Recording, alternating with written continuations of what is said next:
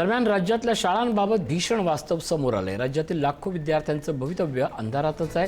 महाराष्ट्रात 3201 शाळा अजूनही अंधारातच आहेत। 23,855 शाळांमध्ये इंटरनेट नाही, संगणकही बंद आहेत। 94,000 शाळांमध्ये डिजिटल लायब्ररीत नसल्याचं समोर आलंय।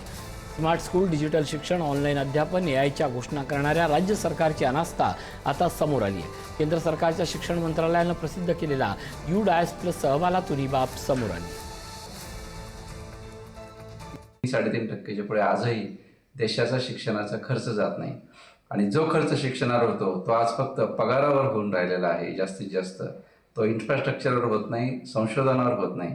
आणि म्हणून किमान इंग्रजी शाळांशी जर तुम्हाला स्पर्धा करायची असेल तर सरकारी शाळांचं इन्फ्रास्ट्रक्चर हे इंग्रजी शाळांसारखं CBSE स्कूलसारखं झालं पाहिजे। त्यासाठी एकूण बजेटमध्ये वाढ करणं आणि त्याच्यामधली किमान 25% रक्कम ही शाळेच्या विकासासाठी वापरली जाईल अशा पद्धतीच्या तरतुदी करणं हा दृष्टिकोन घेण्याची गरज आहे।